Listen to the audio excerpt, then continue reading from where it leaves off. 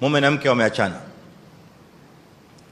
leo, wameachana, talaka imetokea sasa hivi baada ya ishai, kabla ya fajiri kesho asubuhi, watu wakiamka katika simu, siri zao zilokuwa zimefitamana za ndoa zote ziko katika simu za watu, na watu tayari washazijua. Kumbe fulani alikuwa akifanya hivi, kumbe fulani alikuwa akifanya hivi, kumbe fulani alikuwa akifanya hivi. Nani amezitoa? Walioachana. Zilikuwa zimefichamana vizuri, hakuna mume aliyekamilika, kama ambavyo hakuna mke aliyekamilika. Sasa ile ndoa ilikuwa ni stara, imewastiri.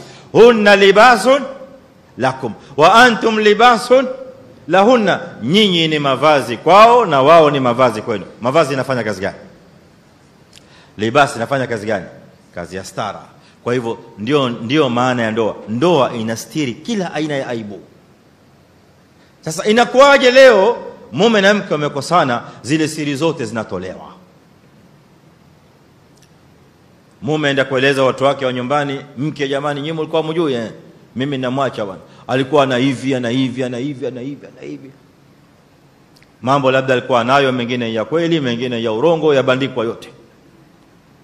Mke naye akaenda kule kwao vile vile, enda kueleza kule kwao, yule mume yule, 1 2 3 4 5 20. Na shetani naye na mchango wake uingia katikati pale, akamkumbusha yule mke, na hii unayosahau, asema, na hii unaisahau, hii hebu iongeze kidogo, aiongeze. Shetani afanya kazi yake.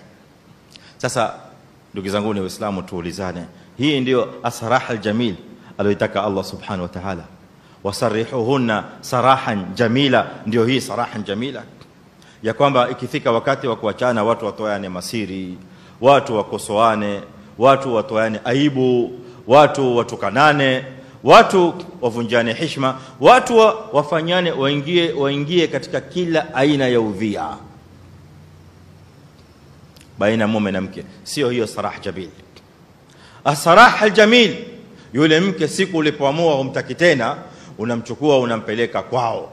Baada ya kumpeleka kwao, namwambia maasalama, yaliyokuwa baina yangu mimi na wewe yashakwisha, basi inshallah tuishi, inshallah kila mmoja angalie maisha yake kwa khairi, na inshallah wewe Mungu atakuandikia khairi na mimi nitaniandikia khairi. Maasalama, asalamu alaykum. Kama mke hujamoa, hujamdara, watakiwa kabla hujamwacha umpe na zawadi.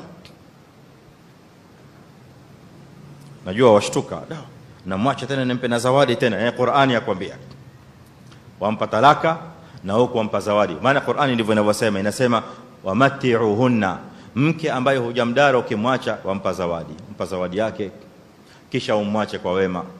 Sisi zile zawadi tuliowapa tena ndio tutazichukua. Nenda zako kwenu, hiyo simu nilikupa iwache hapa hapa.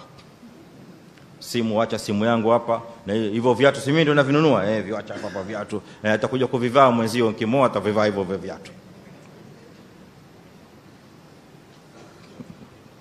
Hii sio sarah jamil, sio hii.